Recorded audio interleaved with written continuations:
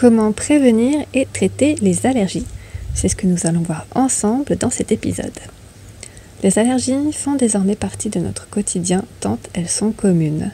Traitées à coups d'antihistaminiques et de corticoïdes, elles restent très souvent invalidantes, source d'une fatigue importante et de stress, affectant considérablement le bien-être au quotidien. Toutefois, grâce à des mesures alimentaires et avec l'aide de plantes, de vitamines et de minéraux, il est possible de lutter efficacement contre ces allergies. Ces 20 dernières années, le nombre de personnes allergiques a considérablement augmenté pour affecter désormais près de 30% de la population. Les enfants atteints sont de plus en plus nombreux, c'est donc désormais un véritable problème de santé publique. Je propose une définition de l'allergie. L'allergie est, chez certaines personnes, une réaction inflammatoire disproportionnée à une substance appelée allergène. Cet allergène est en général présent dans l'environnement sous forme de pollen, d'acariens, de poils d'animaux, que ce soit les chats, les chiens ou encore les chevaux, mais également de venin d'insectes, d'aliments, de médicaments ou encore de cosmétiques. Quelles sont les différentes formes d'allergie? L'allergie peut se manifester au niveau de l'appareil respiratoire par une rhinite allergique, qui peut être persistante ou intermittente. C'est le fameux rhume des foins, qui apparaît au début du printemps et qui peut se compliquer et se transformer en asthme. Si c'est un sujet qui vous intéresse, je vous mettrai juste en dessous de cette vidéo le lien pour retrouver la vidéo dans laquelle je vous parle du rhume des foins et où je vous partage des astuces et des conseils pour le traiter naturellement.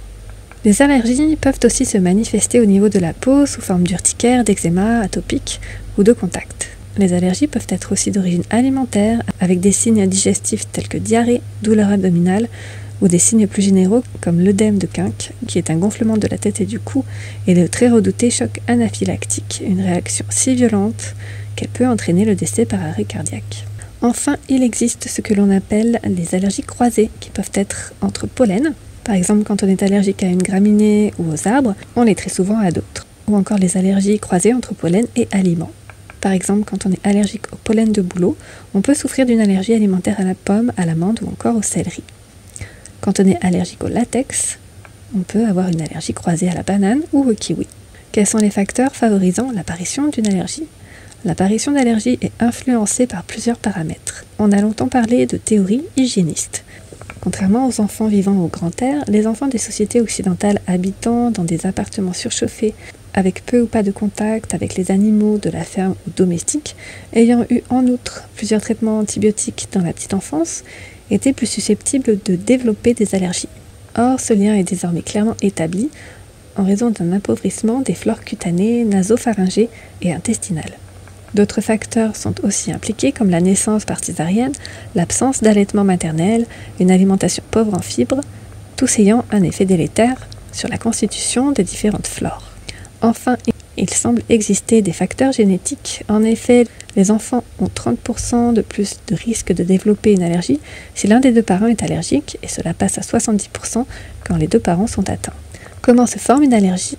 Elle se déroule en deux temps. La première étape est appelée phase de sensibilisation et elle peut passer totalement inaperçue. Il s'agit du moment où la personne rencontre un allergène qui, présenté au système immunitaire, va alors être reconnu par ce dernier comme dangereux. Cette phase va engendrer la fabrication d'immunoglobulines ou anticorps appelés IgE qui vont ensuite passer dans le sang et se fixer sur les globules blancs appelés mastocytes. Ces derniers deviennent alors sensibles à l'allergène. Tout est prêt pour qu'apparaisse le déclenchement de l'allergie.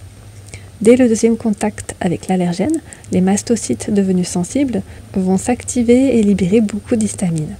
Cette dernière est la principale responsable des symptômes de l'allergie comme le prurite, les œdèmes, l'obstruction nasale, les éternuements, le nez qui coule, l'urticaire, l'œdème de Kundt ou encore la réaction anaphylactique. Dans les poumons, elle provoque une bronchoconstriction, c'est-à-dire une contraction des bronches, gênant la respiration et qui peut déboucher sur des crises d'asthme. Quant aux autres médiateurs de l'inflammation ou cytokines, ils augmentent et aggravent les symptômes allergiques et les lésions causées aux tissus. Comment fait-on un diagnostic d'allergie? Le diagnostic d'allergie est en général établi par l'allergologue qui pratique des tests cutanés ou prick tests plutôt ciblés sur les allergies alimentaires ou les allergies au pollen. Une goutte de chacun des allergènes possibles est déposée sur la peau de l'avant-bras et en quelques minutes, une réaction inflammatoire locale comme une rougeur et un gonflement apparaît à l'endroit de l'allergène incriminé. Pour les allergies de contact, l'allergologue applique des timbres ou patchs qui nécessitent un temps de contact plus long entre l'allergène et la peau.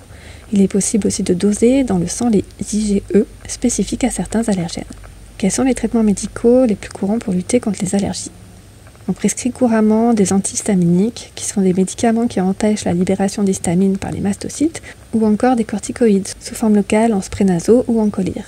La prise de corticoïdes sous forme générale peut aussi être prescrite, mais en raison des effets secondaires de ces molécules, cette prescription est réservée aux formes les plus graves d'allergie. Enfin, l'immunothérapie allergénique ou désensibilisation est le plus souvent proposée par l'allergologue. Elle consiste à donner au malade de toutes petites doses croissantes de l'allergène auquel il est sensible pour habituer son système immunitaire à celui-ci. Cela peut se faire sous forme de gouttes sublinguales ou d'injections sous-cutanées.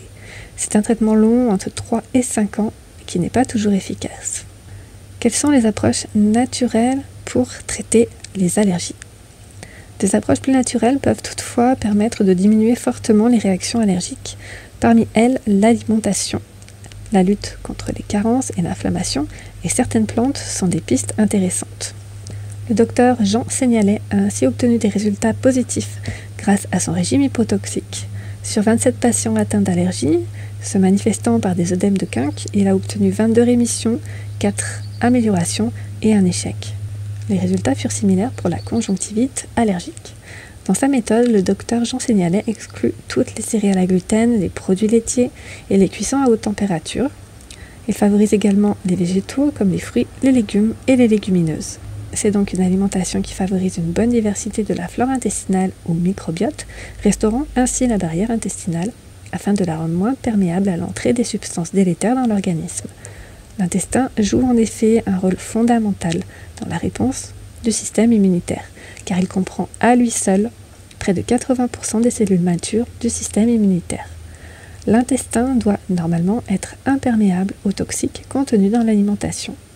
S'il ne l'est pas, il y a alors contact entre ces substances et le système immunitaire, ce qui provoque une hausse importante de l'inflammation et la survenue de pathologies comme l'allergie, qui est une réponse exacerbée du système immunitaire.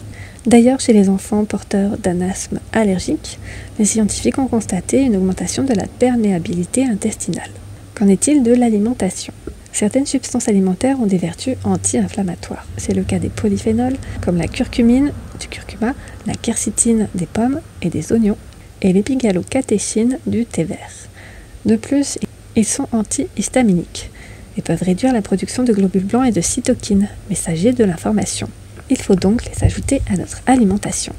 Les œufs de caille sont aussi très efficaces contre les symptômes allergiques, en particulier ceux de la rhinite. En effet, les molécules qu'ils contiennent permettent de réduire le nombre de symptômes et leur intensité sans qu'il ait été noté d'effets indésirables. Les compléments alimentaires ont aussi toute leur place dans la lutte contre les allergies.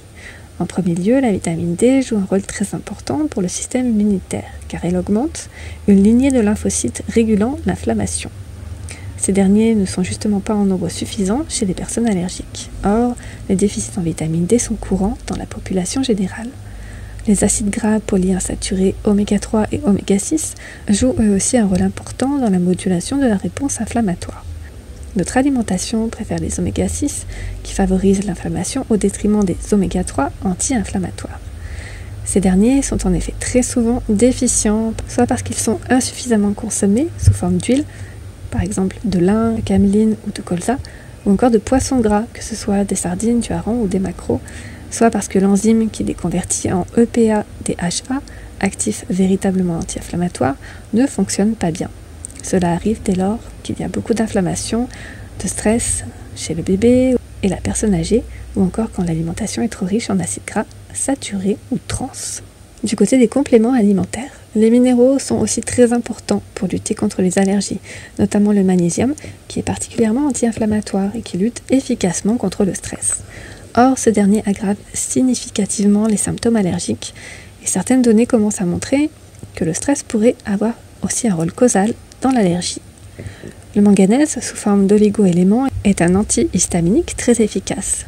Le docteur Jacques Ménétrier, célèbre pour ses travaux sur l'oligothérapie, avait défini la diathèse allergique avec pour remède le manganèse.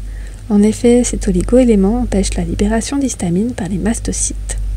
Ainsi, commencer une cure au moins 15 jours avant le début de la saison allergique peut s'avérer particulièrement efficace. Un autre facteur à prendre en compte dans l'allergie est ce que l'on appelle la méthylation de l'ADN, processus qui régule l'expression de nos gènes. Or, un défaut de méthylation est observé chez les enfants asthmatiques, mais aussi dans l'apparition d'allergies alimentaires. La complémentation en vitamine B favorise notablement la méthylation. Parlons maintenant de la phytothérapie. Les plantes sont quant à elles des alliés de premier ordre. Certaines se montrent particulièrement antihistaminiques, comme le plantain ou l'ortie.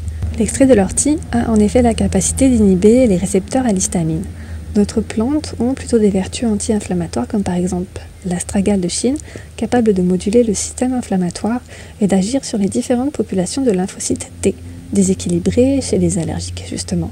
Enfin, le cassis, sous forme d'extrait de bourgeon en gémothérapie, est très intéressant pour lutter contre l'allergie. Il est d'abord anti-inflammatoire, agissant comme un cortisone-like.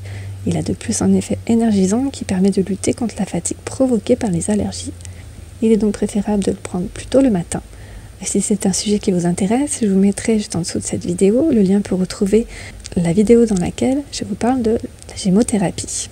Pour conclure, les allergies sont désormais très courantes, mais il est possible d'agir et d'améliorer les symptômes des personnes qui en souffrent. Les allergies ne sont donc pas une fatalité. L'alimentation, la lutte contre les carences, l'action sur l'inflammation, les plantes sont tout autant d'armes possibles. Merci beaucoup d'avoir écouté jusqu'au bout, j'espère que ça vous a plu. Je vous invite à dire en commentaire si vous avez des allergies ou des intolérances, quelles qu'elles soient. Est-ce que vous mettez en place pour les traiter naturellement ? N'hésitez pas à liker et à partager à des personnes que cela peut intéresser et inspirer. N'oubliez pas de vous abonner à ma chaîne YouTube pour être tenu au courant de toutes les nouveautés. Et moi je vous dis à très bientôt et d'ici là, prenez soin de vous.